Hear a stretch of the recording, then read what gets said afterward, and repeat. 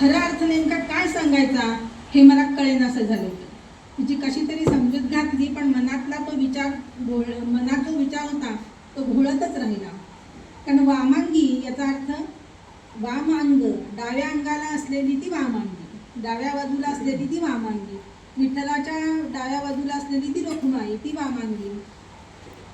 मग त्याच वेळेला दामाजी एक्सप्रेस या पेपरमध्ये सदर लेखन मला करायचं होतं आणि त्यासाठी विचारणा झाली. आणि मग वामांगी या नावानं मी हे सदर लिहिलं. ते सदर वर्षभर लिहिलं आणि ते सदर लिहिण्याची संधी मला दिगंबर भगरे यांनी दिली. याबद्दल प्रथमतः मी त्यांचे खरोखरच मनपूर्वक आभार मानते. वर्षभर लिहिलेल्या सदरामध्ये काही निवडक लेख एकत्रित केले आणि त्याचं हे वामांगी पुस्तक तयार केले. हे पुस्तक जेव्हा हे पुस्तक म्हणण्यापेक्षा ही सदरं मी जेव्हा लिहित होते त्यावेळेला वाचकांचे खूप चांगले असे प्रतिसाद येत होते. किंवा तेव्हा आमचा एक व्हॉट्सअप ग्रुप होता सदर लिहिणाऱ्यांचा आणि त्यामुळे प्रत्येक जण त्या सदराबद्दल आपल्याला काय वाटलं त्याची प्रतिक्रिया त्यात देत असे. मग त्याच्यामध्ये दिगंबर यादव असतील, आमचे पंढरीनाथ जोशी असतील, दया वाकडे असेल किंवा असे बरेचसे त्या ग्रुपमधले लोक मला हे चांगलं आहे, हे नवीन आहे किंवा हे आम्ही वाचलंच नव्हतं मॅडम, हे खूप चांगलं आहे, अशा प्रकारच्या प्रतिक्रिया द्यायचे. त्यामुळे मला वाचनाचा थोडासा खूप वाढत गेला. खरं तर त्यावेळेला म्हणजे लिखाणाची सवय सुटलेलीच होती. अजूनमधून कधीतरी मी प्रासंगिक लेखन करत होते, पण असं सलग लेखन करतच नव्हते.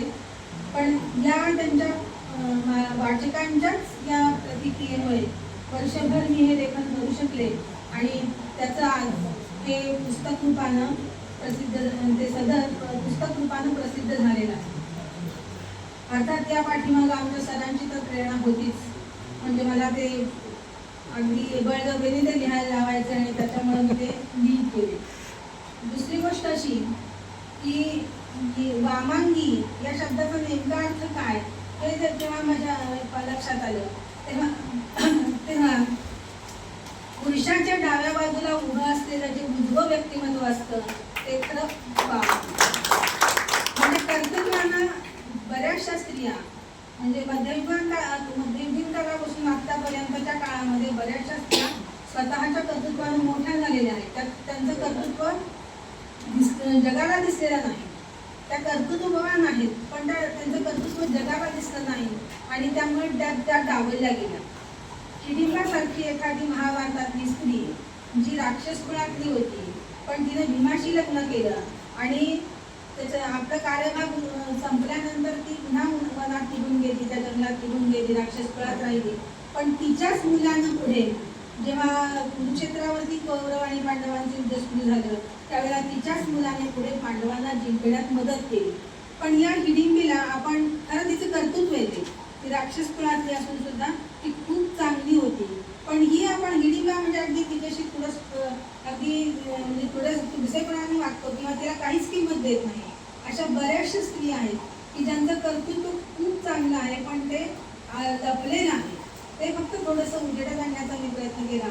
आणि या ज्या स्त्रिया आहेत कर्तृत्ववान स्त्रिया तशाच प्रकारच्या स्त्रिया आजच्या काळातही आपल्याला दिसतात की ज्यांचं कर्तृत्व उजेडात येत नाही, आलेलं नाही, त्या सुद्धा वामांगीच आहेत, डावलल्या गेलेल्या आहेत. वामांगी म्हणजे डावलल्या गेलेल्या, त्या कर्तृत्ववान आहेत पण प्रसिद्धीच्या झोतात कुठंच आलेल्या नाहीत. आज सुद्धा कित्येक जणी अशा आहेत की स्वतःच्या बळावरती खूप चांगल्या प्रकारचं काम करतात पण समाजाच्या झोतामध्ये त्या कुठंच येत नाही, त्यांना प्रसिद्धी मिळत नाही. त्यामुळं अशा या कर्तृत्ववान स्त्रियांना थोडंफार उजेडात आणावं या हेतूनं हे वामांगी लिहिलं गेलं. दुसरी गोष्ट अशी की हे गौरव प्रकाशननं एक पुस्तक प्रकाशित केले, त्यांचेही मी यांच्याबद्दल आभार मानते.